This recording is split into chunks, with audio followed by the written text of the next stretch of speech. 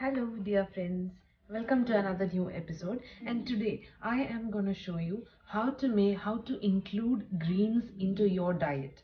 Okay, so first of all I want to show you how I make my own greens. So this is how I grow my own greens, and this variety is fenugreek, and these are flax seeds. So there you can see the first set which I grew, and then after that I thought of growing a little more because it really was so tasty when it was added to the meal, whatever you are making, may it be a salad or may it be a dish. So I put a few more seeds after sprouting. I planted them and now they are growing.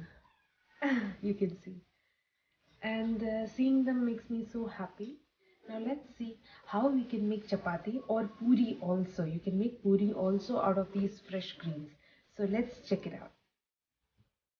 So for our chapati, I have taken 1 cup of wheat flour and I'm adding a little bit of salt with half cup of boiling water, and now we are going to knead it well with a spoon initially and then by hand. And now after kneading it well, let's keep it aside and let's get our greens ready. Once the greens are washed well and cut into smaller pieces, it is then good to go into the chapati dough, and then we blend it in really well. After 5 to 10 minutes, we can start the process by making our chapati dough into smaller balls, and then we'll roll them out into very thin sheets. So each time we take a bowl, dust it well with the wheat flour and then start rolling them out. Guys, also take care to dust the chapati while rolling, as it might stick to the rolling pin and the board or the base.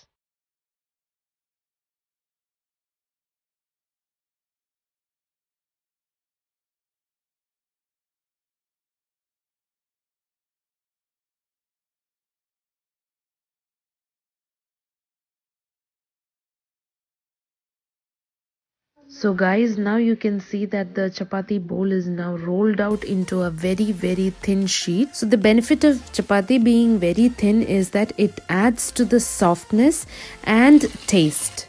So guys, now it's time to fry our chapatis and we need a pan for that.